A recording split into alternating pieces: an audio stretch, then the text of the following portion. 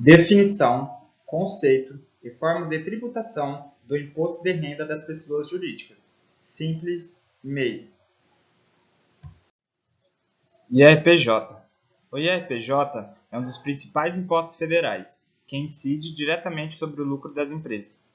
Junto ao CSLL, ele é o segundo imposto que mais contribui com a arrecadação da Receita Federal, atrás apenas da Receita Previdenciária. IRPJ é o Imposto de Renda Pessoa Jurídica, cobrado de todas as empresas com o CNPJ ativo no país. Ele é calculado com base no lucro auferido no ano calendário, que pode ser do tipo real, presumido ou arbitrário.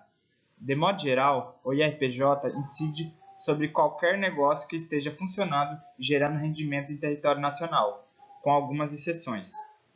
O imposto está previsto no artigo 153 da Constituição Federal, que determina que o governo pode instituir tributos sobre renda e proventos de qualquer natureza, e também é regulamentado pelo Decreto nº 9.580, de 22 de novembro de 2018.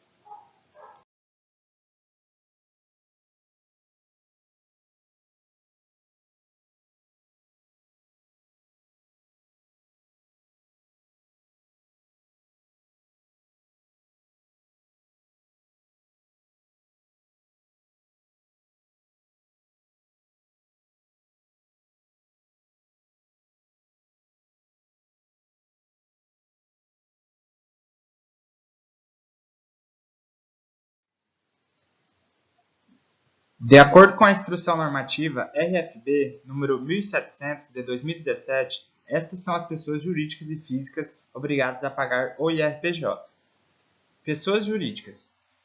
Pessoas jurídicas de direito privado domiciliadas no Brasil, sejam quais forem seus fins, nacionalidade ou participantes no capital.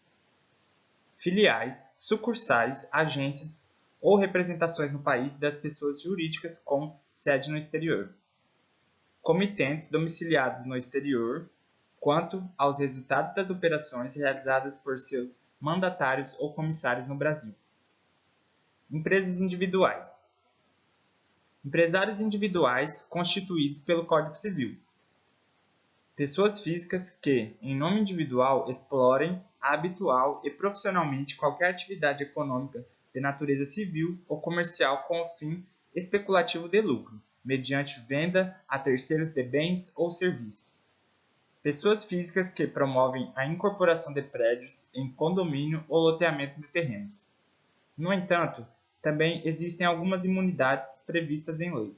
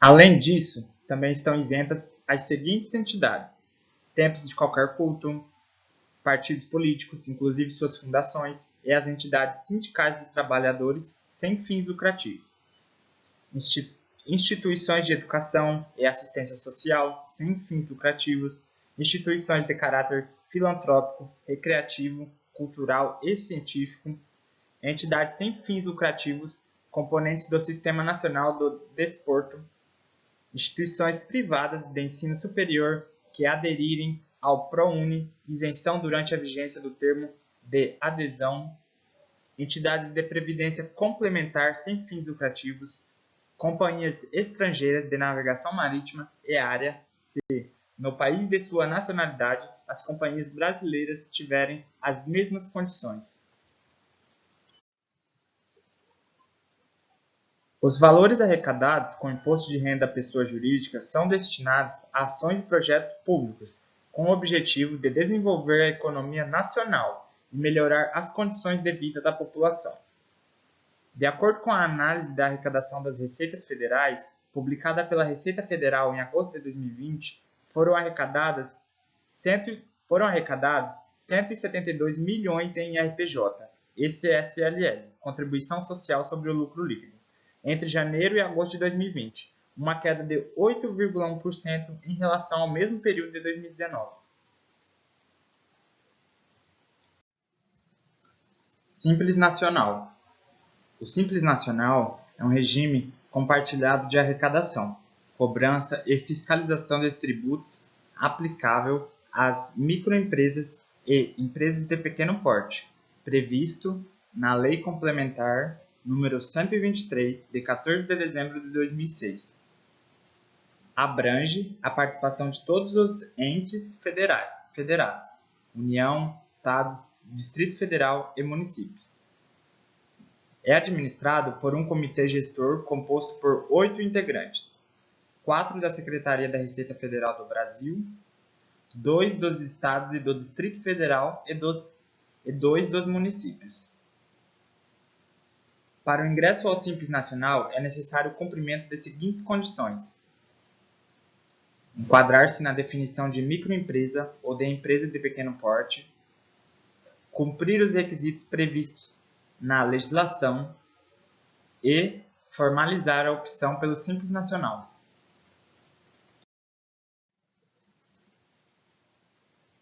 Características principais do regime do Simples Nacional: ser facultativo, ser irretratável para todo o ano calendário, abrange os seguintes tributos: IRPJ, CSLL, PIS/PASEP, COFINS, IPI, ICMS, ISS e a contribuição para a Seguridade Social destinada à Previdência Social a cargo da pessoa jurídica. Recolhimento dos tributos abrangidos mediante Documento Único de Arrecadação, DAS. Disponibilização às MEPP de sistema eletrônico para a realização do cálculo do valor mensal devido. Geração do DAS e, a partir de janeiro de 2012, para a constituição do crédito tributário. Apresentação de declaração única e simplificada de informações socioeconômicas e fiscais. Prazo para recolhimento do DAS até o dia 20 do mês subsequente àquele em que houver sido auferida a receita bruta.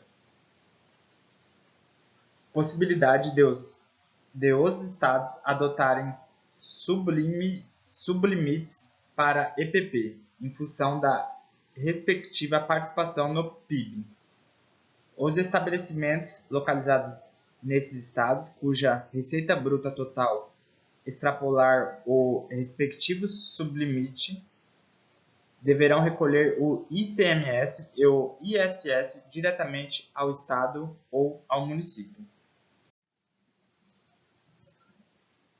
Pode aderir ao Simples Nacional.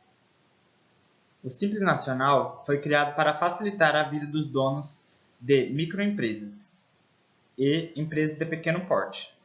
Segundo a legislação, para ser uma microempresa, é preciso ter faturamento anual de até 360 mil. Já uma empresa de pequeno porte pode faturar até 4,8 milhões por ano. Além do limite de receita bruta anual, outro fator importante para se enquadrar no Simples é exercer atividades permitidas nesse regime de tributação. Para saber se a SENAI, Classificação Nacional de Atividades Econômicas, de seu negócio cabe no Simples, basta checar na lista de atividades enquadradas no Simples Nacional. Além disso, a empresa não pode ter débitos da dívida ativa da União ou do Instituto Nacional do Seguro Social, INSS. Para quem é microempreendedor individual, o MEI, o pagamento de impostos é feito pelo CIMEI, uma versão ainda mais simplificada do Simples Nacional. Não pode aderir ao Simples Nacional. Não é todo mundo que pode optar pelo Simples Nacional. São proibidas as empresas que exerçam atividades relacionadas à energia elétrica, importação de combustíveis, automóveis e motocicletas, transporte intermunicipal e interestadual de passageiros, crédito, financiamento, corretagem, câmbio, investimentos, cigarros, cigarrilhas, charutos, filtros para cigarros, armas de fogo, munições e pólvoras, explosivos e detonantes, bebidas alcoólicas e cerveja sem álcool, exceto pequenos produtos que vendem no varejo, cessão ou locação de mão de obra, loteamento e incorporação de imóveis, locação de imóveis próprios. Tenham outra empresa como acionista, participem do capital social de outra pessoa jurídica, sejam filial, sucursal, agência ou representação no Brasil de empresa com sede em outro país. Sejam constituídas como cooperativas, com exceção das de consumo. Tenham um dos acionistas com participação em qualquer outro negócio com fins lucrativos cuja soma das receitas brutas ultrapasse 4,8 milhões anuais. Tenham um sócio que mora no exterior. Não estejam inscritas ou tenham irregularidades no cadastro fiscal federal, estadual ou municipal. A lista completa pode ser conferida no artigo 17 da Lei Complementar 123, de 2006, que institui as regras do Simples Nacional. Vantagens do Simples Nacional. Como o Simples Nacional unifica, no único documento de arrecadação, 8 tributos federais, estaduais e municipais, o empreendedor só precisa se preocupar em pagar esta guia, em vez de 8 com datas diferentes de vencimento. Além disso, a alíquota do Simples varia de acordo com o faturamento da empresa e de sua atividade, ou seja, quem ganha menos paga menos e quem ganha mais paga mais. Empresas que optam pelo Simples Nacional também têm preferência em licitações do governo. Esse é um fator de desempate entre os negócios que concorrem. Desvantagens do Simples Nacional. Apesar de facilitar a vida das micro e pequenas empresas, o Simples Nacional também tem algumas desvantagens. A principal delas é que, como a alíquota é calculada com base no faturamento, não no lucro, uma empresa que tenha tido prejuízo pagará a mesma quantidade de impostos. Tabela do Simples Nacional. A alíquota do Simples Nacional varia de acordo com a atividade da empresa e o faturamento. Para organizar isso, a legislação divide em 5 anexos o percentual de pagamento com base na atividade e nas faixas de faturamento. Referente às empresas de comércio. Com uma receita bruta total de até 180 mil, teremos uma alíquota de 4%, valor a ser descontado, zero. Com a receita bruta total de 180 mil a 360 mil, teremos uma alíquota de 7,3%, valor a ser descontado, R$ 5.940. Uma receita bruta total de 360 mil a 720 mil, teremos a alíquota de 9,5%, valor a ser descontado R$ 3.860. Receita bruta total de R$ 720.000 a R$ 1.800.000, alíquota 10,7%, valor a ser descontado R$ 22.500. Receita bruta total de R$ 1.800.000 a R$ 3.600.000, alíquota de 14,3%, valor a ser descontado R$ 87.300.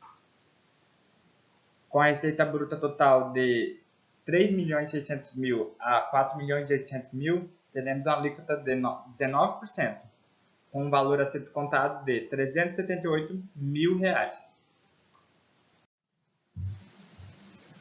Referente às fábricas e indústrias, referente à receita bruta total até 180.000, teremos alíquota de 4%, valor a ser descontado zero. Receita bruta total de 180.000 a 360.000, 7,3% de alíquota, valor a ser descontado 5.940. Receita bruta total de 360.000 a 720.000, alíquota de 9,5%, valor a ser descontado 13.860. Receita bruta total de 720.000 a 1.800.000, alíquota 10,7%, com valor a ser descontado R$ 22.500. Receita bruta total de 1.800.000 a 3.600.000, alíquota 14,3%, valor a ser descontado R$ 87.300. Receita bruta total de 3.600.000 a 4.800.000, alíquota 19%, valor a ser descontado R$ 378.000. MEI. MEI, ou microempreendedor individual, funciona como um modelo simplificado de empresa para quem trabalha por conta própria em atividades não regulamentadas por entidades de classe, como artesão, cabeleireiro, pintor, vendedor de roupas, eletricista, doceiro e dono de mini mercado. Ao se tornar MEI, o trabalhador autônomo ganha um registro no Cadastro Nacional de Pessoa Jurídica, CNPJ, e é enquadrado num modelo simplificado do Simples Nacional, sendo necessário pagar somente um valor fixo mensal, referente aos tributos de sua atividade, ou seja, a arrecadação de tributos é única e simplificada. Criado pela Lei Complementar nº 128 de 2008 e entrou em vigor desde 1 de julho de 2009, microempreendedor individual já é o porte mais comum de empresas no Brasil, segundo dados da Receita Federal. São mais de 10,7 milhões de MEIs. MEI pode faturar. O MEI pode faturar até 81 mil por ano, de janeiro a dezembro. Mas é importante entender que esse valor é proporcional aos meses trabalhados. 6.750 por mês. O trabalhador que se formalizou em junho, por exemplo, pode faturar até 47.250 até o final do ano, número de meses trabalhados multiplicado por 6.750. Isso significa que é permitido faturar no máximo 6.750 por mês? Não. O MEI pode faturar mais ou menos que isso todos os meses. O importante é que a soma dos faturamentos mensais não ultrapasse o limite máximo permitido para os meses trabalhados. Ao longo de um ano, por exemplo, o trabalhador pode faturar 20 mil em um mês, 2 mil em outro e 0 em outro, desde que não ultrapasse os 81 mil ao ano. Quem pode ser MEI? Para se formalizar como microempreendedor individual, é necessário ter faturamento anual de até 81 mil ou proporcional aos meses trabalhados, como explicado, não ser sócio, administrador ou titular de outra empresa, ter no máximo um funcionário contratado, exercer uma das mais de 450 atividades permitidas. Atenção! Trabalhadores CLT podem sim abrir uma MEI para exercer atividade paralela, mas, caso sejam demitidos perdem o direito ao seguro-desemprego. Não podem ser MEI.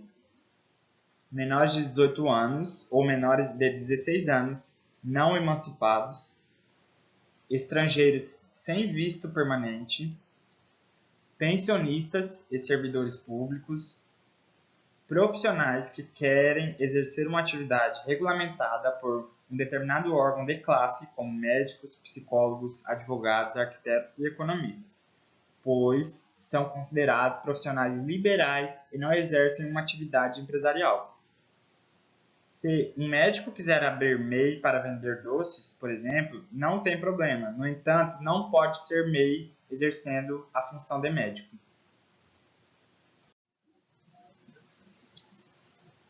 A lista de atividades permitidas para o microempreendedor individual pode variar de um ano para o outro. Por isso, vale conferir a lista completa no portal do empreendedor. Em 2020, por exemplo, são mais de 450 atividades permitidas. No entanto, o MEI não precisa escolher apenas uma. É possível optar por uma atividade principal e até 15 atividades secundárias, totalizando 16. Vale conferir o que faz sentido para o negócio.